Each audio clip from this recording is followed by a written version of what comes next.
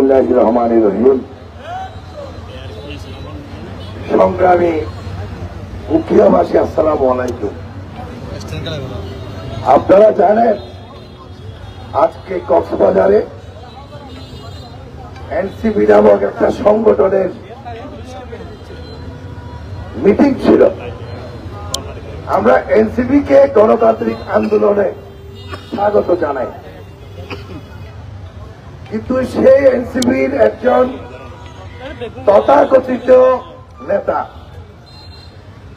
নাসির উদ্দিন পাটোয়ারি, তার বাপ মা কে এটাও আমরা জানি না, কোন বংশ থেকে সে উঠে এসেছে সেটাও জানি না, লেখাপড়া কোথায় করেছে এটাও জানি না।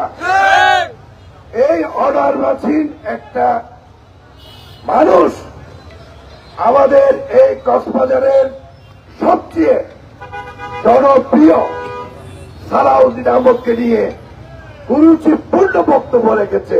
তার প্রতিবাদে উখিয়া উপজেলা বিএনপির আয়োজিত আজকের এই সভার তাৎক্ষণিক সভার আপনাদেরকে জানাতে চাই, বিগত 17 বছর এই ফেসিস্ট শেখ হাসিনাকে আমরা আন্দোলনের মধ্যে পালিয়ে যেতে বাধ্য করেছি।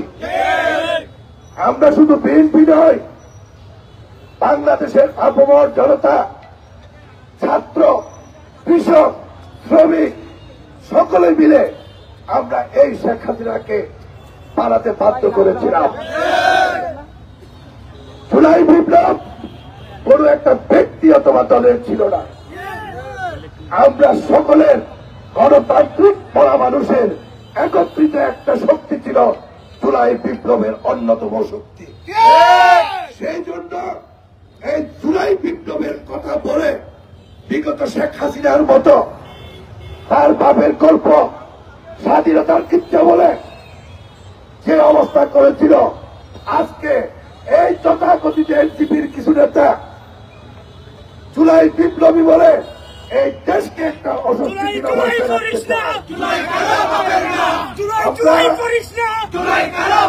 কষ্ট করে বলতে চাই, বিএনপির জনপ্রিয় এবং স্থায়ী কমিটির মান্যবর সদস্য জনাব সালাউদ্দিন আহমদকে এই কক্সবাজারে এসে যে কটূক্তি করা হয়েছে, মনে রাখবেন এটা গোপালগঞ্জ নয়।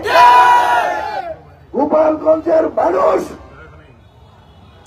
আপনাদেরকে হয়তো তেমন কিছু করে নাই, কিন্তু বিএনপি কক্সবাজারের মানুষ সালাউদ্দিন আহমদের জন্য যুদ্ধ নামতে প্রস্তুত আছে।